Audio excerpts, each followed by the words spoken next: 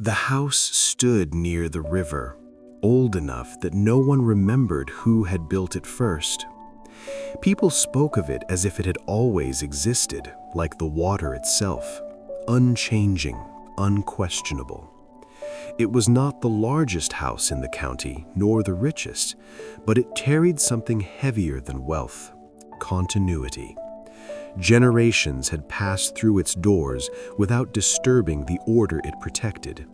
Children were born there, fed there, disciplined there, and some were raised there without ever being named publicly. In Mississippi, names mattered more than blood. The white family who owned the land traced their lineage carefully, recording births and deaths with precision. Their sons inherited property. Their daughters inherited protection. Their legacy was documented, preserved, defended. But scattered across the same land were other children, children whose births were noted nowhere official, whose fathers' names were spoken only in private, whose existence was both acknowledged and denied depending on who was listening. They lived close enough to be seen, but far enough to be ignored. These children did not lack recognition because no one knew who they were. Everyone knew. The problem was that knowing carried responsibility, and responsibility threatened stability. So instead, the house perfected a system of partial acknowledgement. The children were fed, sometimes educated, sometimes protected, but never claimed, never named in a way that would follow them beyond the property line. To name them would have been to admit inheritance was already broken. The mothers understood this long before the children did. They learned it in fragments, in how requests were answered, in which rooms were off limits, in which questions caused conversation to end. They were not naive. They knew the difference between care and recognition. Care could be withdrawn quietly. Recognition could not. One woman, older than the rest, had watched 3 generations grow up this way.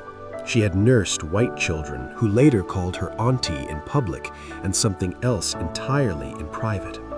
She had buried children whose deaths were never marked. She had learned that survival required an almost mathematical understanding of power, how close you could stand, how much you could ask, when silence was safer than truth. The children, however, were less disciplined in their acceptance.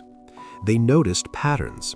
They noticed that certain men never stayed long in the quarters, but always returned. They noticed that some children resembled others too closely for coincidence. They noticed that last names hovered like ghosts, spoken once, then swallowed. And slowly, they began to ask each other questions instead of adults. Why do we look like them? Why can't we use that name? Why does everyone already know? By the time the oldest among them reached adolescence, the lie of accidental resemblance had collapsed. They understood the truth without ever hearing it confirmed. What they did not yet understand was why truth itself was considered dangerous. The turning point came quietly, as these things often do. A school teacher, new to the county, unfamiliar with its unspoken rules, asked a simple question during enrollment. "Father's name," she said, pen poised. The boy hesitated. He knew the answer. Everyone did. But the room went still, and in that stillness he learned something vital. Knowing and saying were not the same act. He left the space blank. That As the blank years space passed, would follow the children him longer learned to than live any name. inside a contradiction that adults refused to explain. On the plantation, they were familiar, called upon, trusted with responsibilities, sometimes favored. Beyond its boundaries, they were undefined. Teachers hesitated over roll calls. Clerks avoided eye contact. Church records left space where surnames should have been. The children began to understand that identity was not something you discovered, it was something granted, and only to those deemed safe to acknowledge. They developed strategies without ever naming them as such. When asked questions that required lineage, they answered vaguely. When pressed, they changed the subject. Some adopted nicknames that dissolved before reaching official paper. Others leaned into silence so deeply that even curiosity abandoned them. Silence, they learned, could be worn like armor. The mothers watched this transformation with quiet grief. They had hoped their children might escape the compromises they themselves had made. Instead, they saw them perfecting those compromises with frightening efficiency. Survival was being passed down like a skill.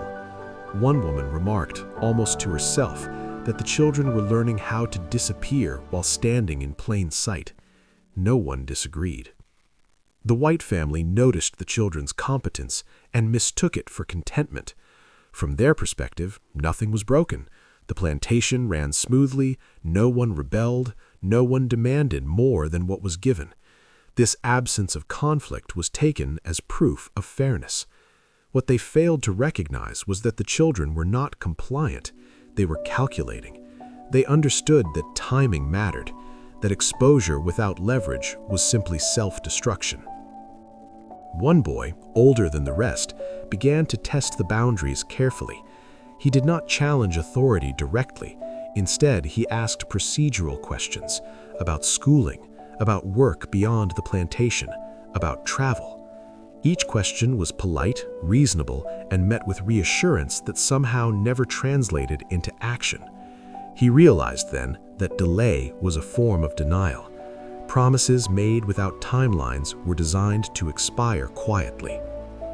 Meanwhile, the river kept moving. Boats passed, news traveled. Stories filtered back from towns upriver where people had left and survived. Not thrived, not safely, but survived on their own terms. The idea of departure stopped feeling abstract. It became logistical. The children talked about routes, distances, places where names mattered less than labor. The mothers listened without interfering. They knew that to discourage hope outright would be cruelty. They also knew that hope without preparation could be fatal. The house responded to this shift with subtle reinforcement of boundaries. Rules were clarified, expectations tightened, access was redefined. Nothing dramatic, nothing overt, just enough pressure to remind everyone where they stood. The White family believed this was guidance. In reality, it was panic disguised as order. Control feels most necessary just before it begins to fail.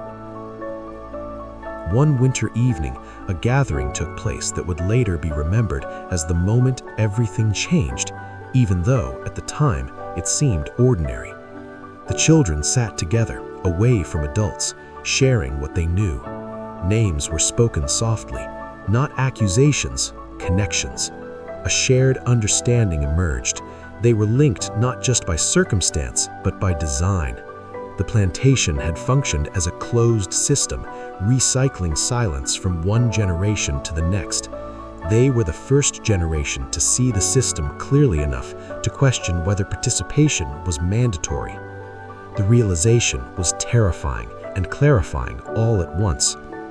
They did not plan rebellion, they planned options. Some would stay longer, building resources. Others would leave first, testing the world beyond. Information would be shared quietly. If one succeeded, others would follow. This was not a movement, it was a contingency plan, the kind created by people who understand that history rarely announces when opportunity appears. The mothers sensed the shift immediately. They saw it in posture, in eye contact, in the way questions were asked. Pride mixed with fear. They had raised children capable of seeing truth without being destroyed by it. Now they had to accept that those children might choose paths that removed them from protection entirely. Love, they realized, was not the same as safety. By the time spring returned, the plantation no longer felt sealed. The children moved with intention. The adults noticed but could not articulate what was different. The system still functioned, but systems often do, right up until the moment they don't. What had changed was invisible. There were no belief. goodbyes The that belief could be that this was the overheard, only life no packed available bags had cracked, left where questions and cracks, might follow. once formed, He have left a way the of way spreading. people learned to leave in that era, through absence. One morning, his place at work stood empty. By noon, it was explained away as sickness. By evening, silence settled in. Silence was easier than confession. Those who remained understood immediately what that absence meant. It was not betrayal, it was proof of concept. The boy had chosen the river route, traveling light, guided by names whispered by dock workers who never asked why someone needed to disappear quickly. He carried no papers, only a skill set sharpened by years of unpaid labor and careful observation. The world beyond the plantation did not welcome him, but it did not reject him outright either.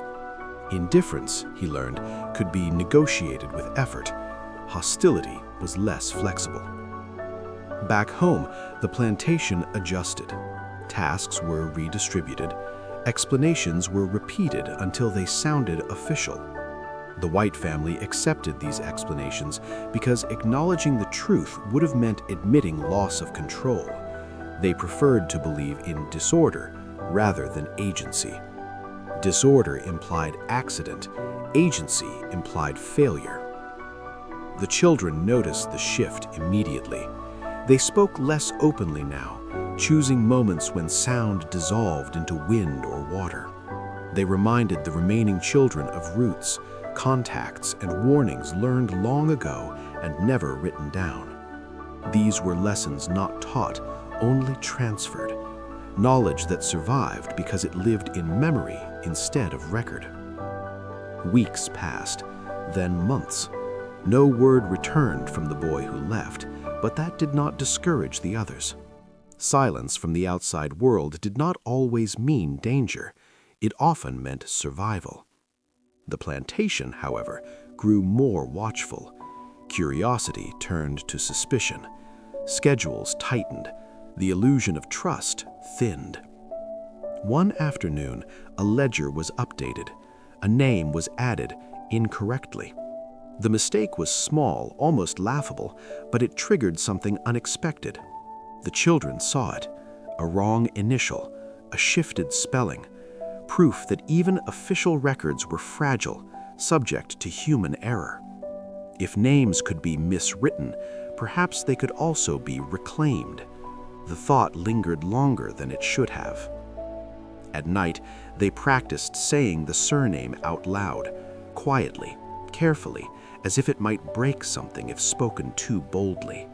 It felt unnatural at first, like wearing clothing that belonged to someone else. But repetition gave it weight, meaning. The name began to feel less like theft and more like inheritance delayed. The White family sensed resistance, but misidentified its source. They suspected external influence. They blamed rumors, newspapers, preachers passing through town. They never considered that the challenge was internal, that the children raised under their roof had grown capable of independent thought. Power rarely anticipates dissent born from proximity. Tension surfaced in small ways. A request denied without explanation, a privilege revoked quietly, a warning disguised as concern. The children responded with compliance that bordered on mockery. They had learned that obedience could be performed without surrender, that submission did not require belief. Then, unexpectedly, news returned.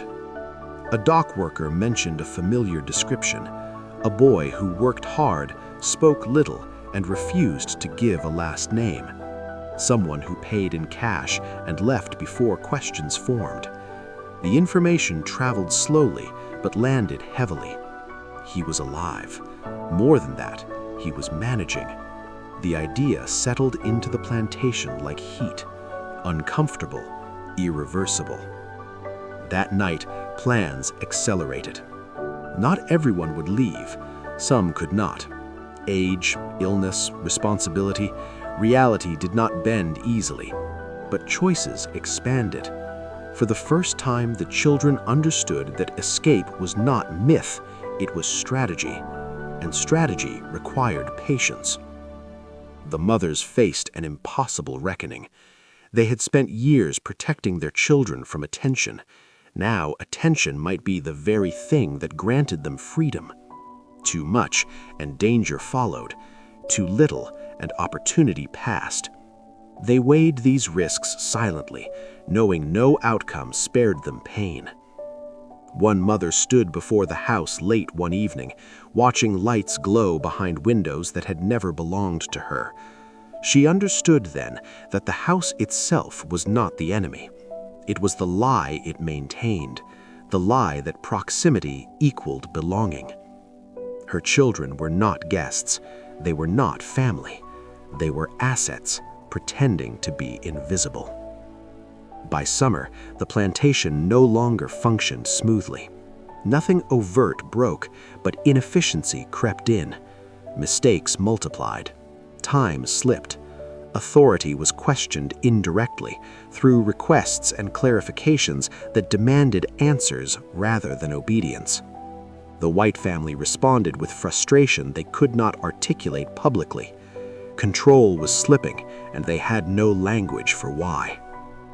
The children noticed everything.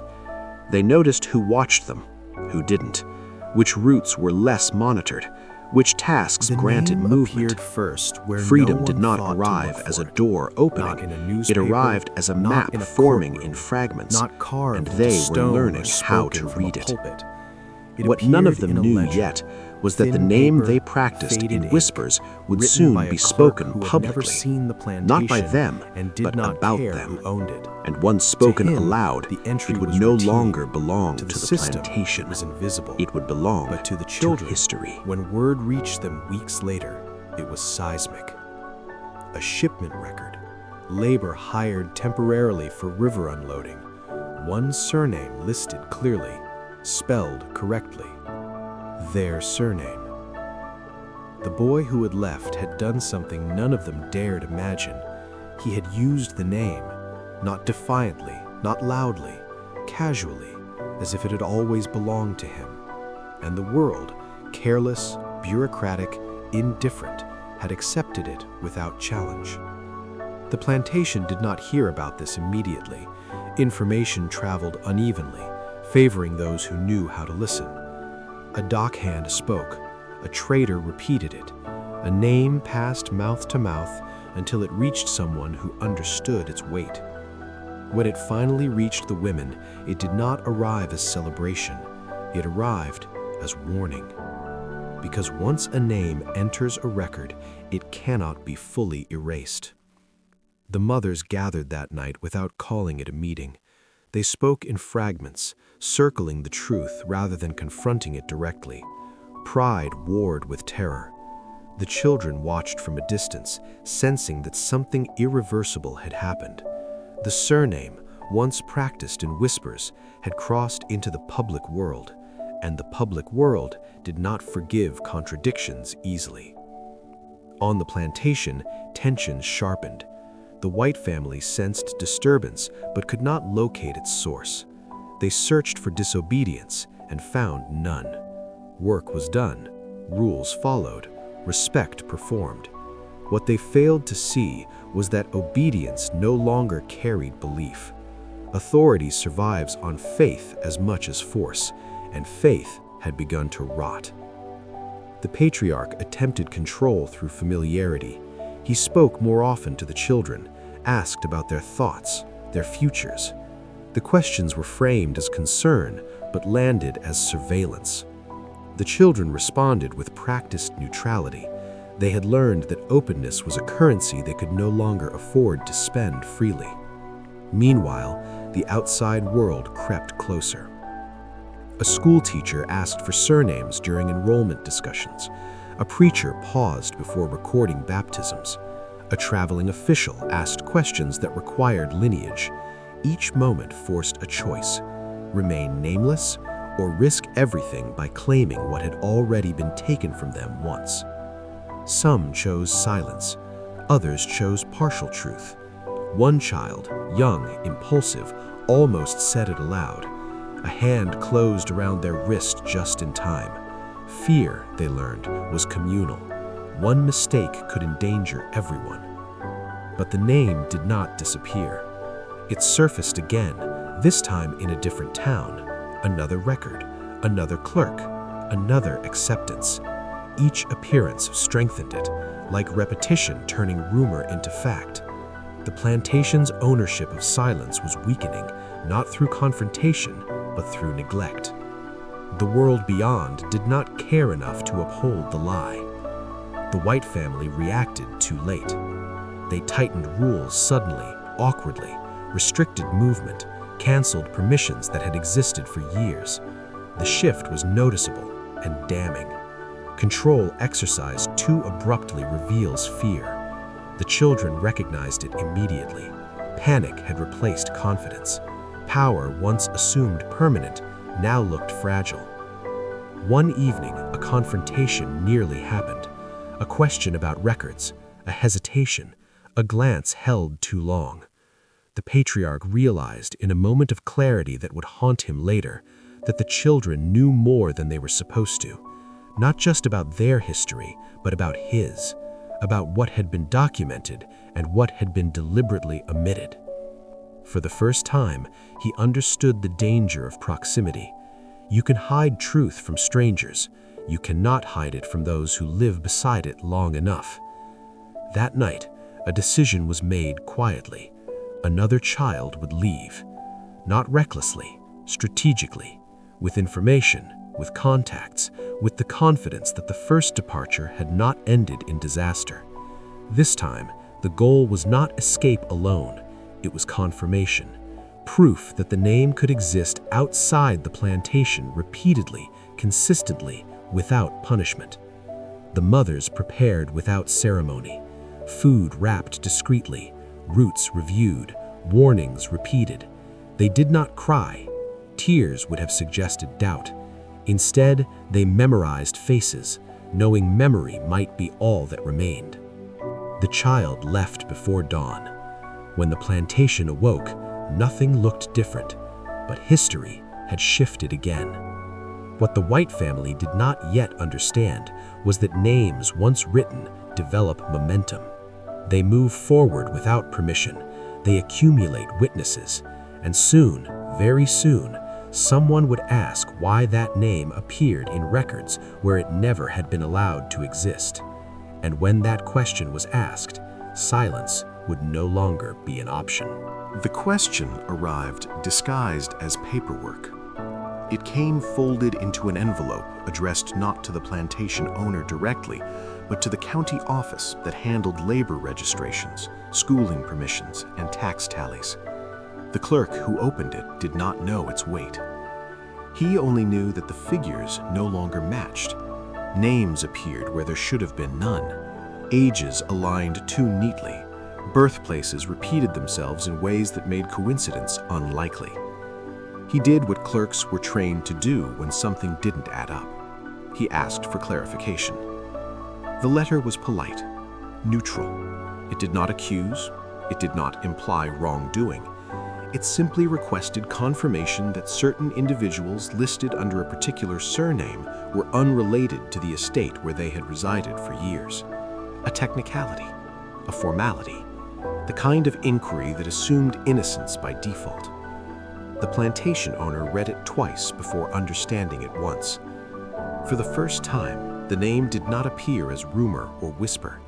It appeared in ink, recognized by an institution that did not rely on memory or loyalty. The lie that had been maintained so carefully, through omission rather than denial, was being challenged by the very system that had once protected it. He did not respond immediately. Delay had always worked before. Days passed, then weeks. No reply was sent. Instead, internal measures intensified. Conversations were cut short, movement monitored more closely. The children felt it immediately. The air thickened with unspoken rules. Fear, once managed, became clumsy. One of the mothers noticed something subtle but telling. The adults had stopped using first names altogether. Where once there had been familiarity, commands softened by recognition, now there was distance. Titles replaced names, formality replaced routine. It was an attempt to redraw lines that had blurred over decades. But lines once crossed do not return easily. The children sensed that something larger was unfolding beyond their sight. They did not know the contents of the letter, but they felt its consequences. Information tightened, freedom shrank, and yet, beneath it all, something unexpected grew stronger. Certainty. They were no longer guessing whether the truth mattered. The system had noticed. That alone was confirmation. The second child who left did so under different circumstances. There was less secrecy and more resolve. This time, the departure was framed as temporary work, approved reluctantly by the estate. Papers were issued, minimal, incomplete, but official enough. What the plantation believed it was granting was controlled exposure. What it had actually granted was legitimacy. The child carried the surname openly, not loudly, not defiantly, simply correctly. In the town beyond, the name met resistance at first. Questions followed, eyebrows lifted, but resistance faded when repetition took over. The same name appeared twice, then 3 times, in different places, different contexts. Consistency began to do what courage alone could not. Back on the plantation, the women waited. Waiting had always been their role, but this waiting was different. This waiting was active. It was filled with calculation, not resignation. They measured time by rumors, by shifts in tone, by how often the White family met behind closed doors. One evening, the patriarch confronted a truth he could no longer avoid. He had believed the children would grow old quietly, that the system would outlast curiosity, that proximity ensured loyalty. What he had underestimated was memory. The children remembered everything: the looks, the omissions, the explanations that never quite aligned.